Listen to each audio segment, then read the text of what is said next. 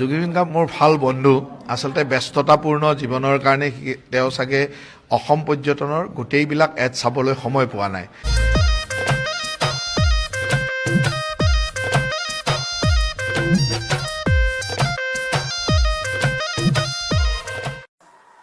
এতিয়া জাতি মাটি ভেটি তাৰপিছত এইটো থাকিব আৰু নামটো কৈ নিদিওঁ ইমান প্ৰব্লেম মানে। এতিয়া মই এবাৰ এটা বস্তু দেখিছোঁ অসম আছাম মই কম কিন্তু মই যিটো কওঁ সঁচা কওঁ চিধা কওঁ। টিভি আছেনে কেমেৰা আছেনে মিডিয়া এনেই বাইট লৈ থাকে নহয় সঁচা বস্তুবিলাক দেখাব। এই অসম আছাম যে প্ৰিয়ংকা চোপ্ৰা কিয় ওলাল তাত? বাকী চবৰে ইভেন মণিপুৰৰ ইমান ধুনীয়া ভিডিঅ' ইমান ধুনীয়া, কেৰেলা ইমান ধুনীয়া, চব ষ্টেটৰ ইমান ধুনীয়া, আমাৰ অকল প্ৰিয়ংকা চোপ্ৰা ওলালে। প্ৰিয়ংকা চোপ্ৰা ক'ৰ পৰা সোমালে? এই তেখেত গড়ো নহয়, তেখেত গড়ো নহয়, বাঘো নহয়, হৰিণো নহয়, আমাৰ ইয়াৰ নহয়। ঠিক আছে, মই লৈছে বেয়া পোৱা নাই, কিন্তু অকল তেওঁকে যে দেখুৱাই থাকিব লাগিব, বাকী একো নেদেখুৱালে। কিন্তু এই অসম আছাম মানে প্ৰিয়ংকা চোপ্ৰা নেকি? আমিবোৰে কি কৰিলো আজি 20-25 বছৰে? মোক ল'বলৈ কোৱা নাই, প্ৰিয়ংকা চোপ্ৰাকে লওক, কিন্তু বস্তুটো ধুনীয়াকে বনাওক। মই সেইকাৰণে টুৰিজিম ডিপাৰ্টমেণ্টে কওঁ অসম আছাম লিখিছে, কিন্তু যিটো বনাইছে এইটো একদম ঘেণ্টা।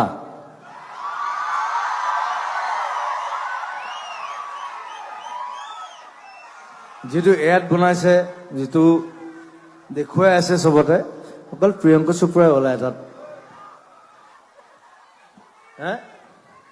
মই নিজে গড় পোহা মানুহ, মই চাগে পৃথিৱীৰ প্ৰথম মানুহ যি গড় পুহিছো।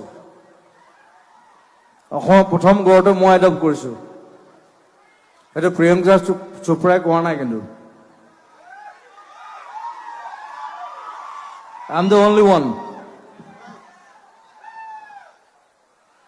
সেইটো আমাৰ কোনো মন্ত্ৰী MLA কোনেও কোৱা নাই।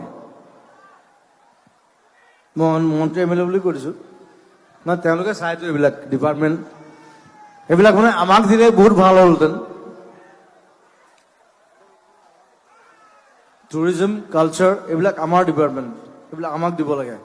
মই মিনিষ্টাৰ হ'ব বিচৰা নাই, মই কেতিয়াও নুঠো, কেতিয়াও মই মিনিষ্ট্ৰী নেখেলো, কিন্তু মই এই ভুলবিলাক বেয়া পাওঁ, সেইকাৰণে কৈ দিওঁ ষ্ট্ৰেইট। চুং চুং চিংচাং কিবা এটা ওলালে, কি ওলালে বোলে অসম আছাম, তাৰ পিছত কি ওলালে Priyanka Chopra. Oh my God, I'll die. It's funny, it's like a joke.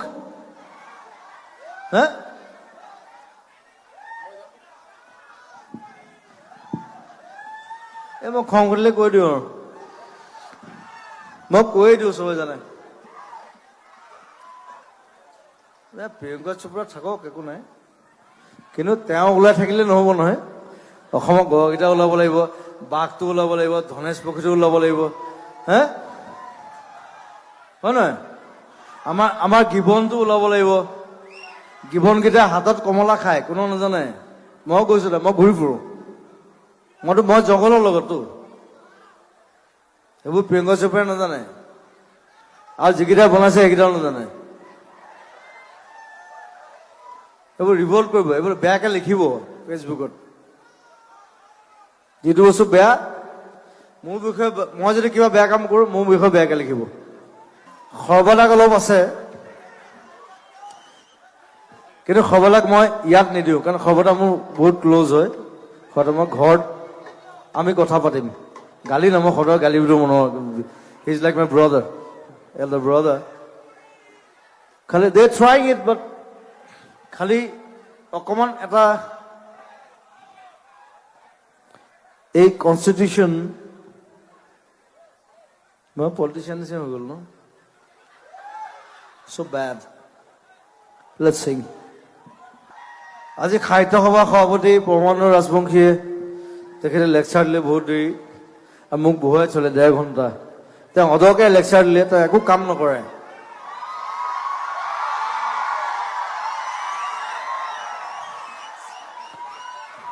তেওঁ এবাৰ গুৱাহাটী সাহিত্য সভাত মোক মাতি লৈ গ'ল, ক'লে মোক জুবিন, মই চব স্পষ্ট কথা কওঁ দেই,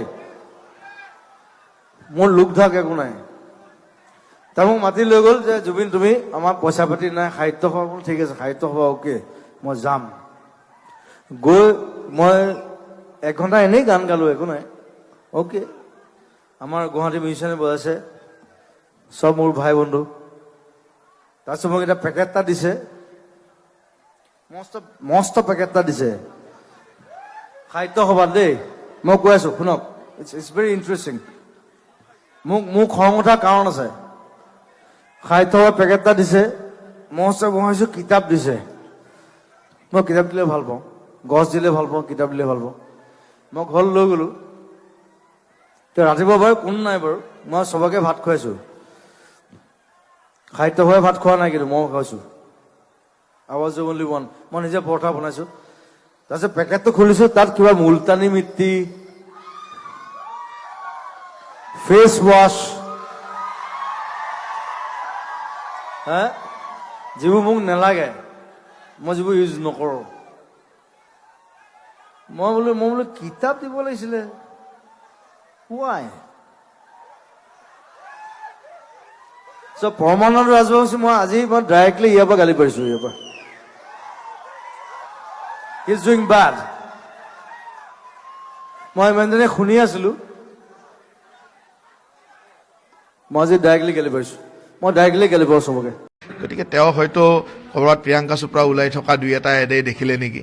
অসম পৰ্যটনৰ বহুত এড আছে, যিবিলাক এড, আগৰ এডবিলাক যদি চাই, তাত গড়ৰ পৰা, বাঘৰ পৰা, হৰিণাৰ পৰা অসমৰ সকলো বস্তু, অসমৰ বৈষ্ণৱী সংস্কৃতি, সত্ৰীয়া সংস্কৃতি, অসমৰ বিভিন্ন প্ৰাকৃতিক পৰিৱেশ, অসমৰ বিভিন্ন নদ নদী, সকলো বস্তু আমাৰ এডবিলাকত আছে। তেওঁ চাগে ব্যস্ততাপূৰ্ণ জীৱনৰ কাৰণে সকলো এড চাব পৰা নাই, আৰু সেই এডবিলাক চাব নোৱাৰাৰ কাৰণে তেওঁ 1-2টা এড দেখিছে। হয়তো টিভিত কেতিয়াবা অকণমান প্ৰিয়ংকা চোপ্ৰাক দেখা পাইছে, আৰু বেছিকৈ এনেকুৱা আৰ্টিষ্টবিলাকে, তেনেকুৱা মানুহ দেখি থাকিলেও কেতিয়াবা ইৰিটেট হৈ যায় যে এই মানুহবিলাক কিয় ওলাই আছে, অসমততো এইবিলাক মানুহ ইমান ওলাব নালাগে। এই জুবিন গাৰ্গে যেতিয়া এনেকুৱা জনপ্ৰিয় শিল্পী হয়, তেতিয়াহ'লে জনপ্ৰিয়তা অৰ্জন কৰিবলৈ কিছুমান কথা কৈ থাকে। কাৰণ অসমৰ মানুহৰ, সাধাৰণ মানুহৰ এনেকুৱা ধৰণৰ কথা কিছুমানে হৰ্ষ উল্লাস দিয়ে, চিঞৰ বাখৰ কৰে, সেই কথাবিলাকেই কৈ কেতিয়াবা তৃপ্তি পায়।